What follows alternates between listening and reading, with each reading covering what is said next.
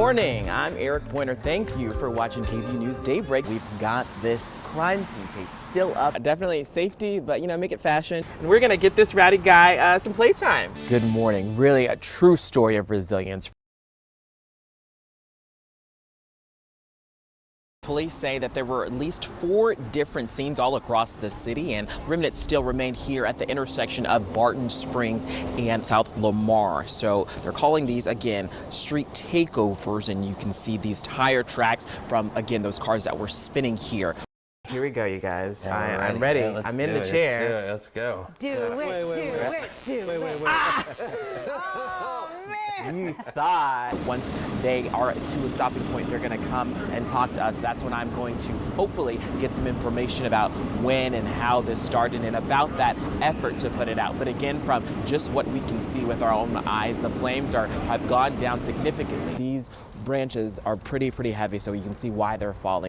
It got started with a call of a person with a gun, then the shots were fired, and then they found a shooting victim. All a very active scene that ended right here, and there are still officers here on scene. Can you give me a breakdown of kind of what people can expect, what this event's going to entail? When you're out here with trees like this, yes, the ice has melted, but these limbs are still snapping. I haven't seen any or heard any this morning, but again, got the hat on for safety. Everything that I want to do, I want to, make her proud as her mom. Anna Doherty carried her second child, Daisy, for 8 months until one day. It was due to a cord accident, so it was a completely just unpreventable. The unexpected happened. Cruel tragedy. Daisy died at 30 weeks, and then Anna delivered her. When she was born, just beautiful, perfect, adorable.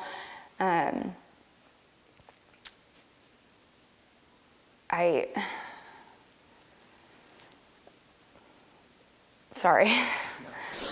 The cooling unit at Temple's Baylor Scott & White Hospital wasn't working. It's a machine that slows down the body's decomposition. A lot of people don't know what that is, and there's really, why would you? It's kind of an impossible situation that no parent prepares for. As soon as she got to meet her daughter, the clock on their time together was already ticking. You know that eventually you're going to have to make the impossible decision of when it's time to hand your baby back and leave the hospital. Without them. She and her husband got to capture a few moments with their daughter, but they wanted more. And that's what a working cooling unit would have given them. The Care & Cradle brand even has a special attachment that would have allowed them to hold Daisy longer. I only had those 2 hours, and all I wanted was just to hold her and rock her and sing lullabies and, take pictures with her and all the things, just make as many memories with her on earth as I could. After a few months passed, Anna posted this. A fundraiser to buy the hospital a caring cradle. The second that you leave the hospital without your baby, at least for me, I feel like it's hard enough to put one foot in front of the other, but I just felt like I needed to do something. They passed their goal in less than an hour and eventually raised enough money for 2 of the machines. Both have been delivered with this special message engraved. This cradle has been donated in loving memory and in honor of Daisy Greer Doherty. Anna says if they continue to raise money, they want to make sure that more Central Texas hospitals have these machines. So we checked in with our local area hospitals to see if they had them. A spokesperson for the Baylor Scott & Whites in the Austin area region says that they don't have any caring cradles, but they sent this statement.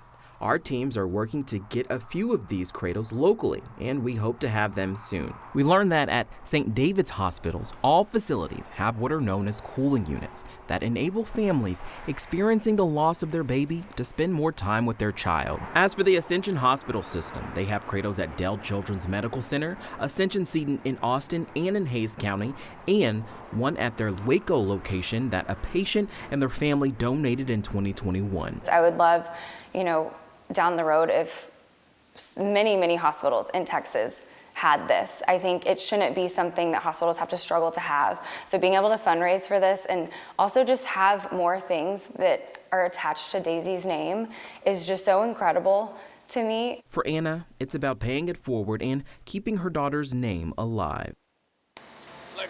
Eggs are a key staple of the American diet. Just about everybody eats eggs. Sam Moffitt owns a local farm and sells his eggs at his store, local pastures, and farmers markets. They've gone up with inflation this year. We'll but we haven't had to hike the price anywhere near what other egg producers have had to do. He says local eggs like his farm haven't been impacted by the bird flu, so their prices have stayed consistent.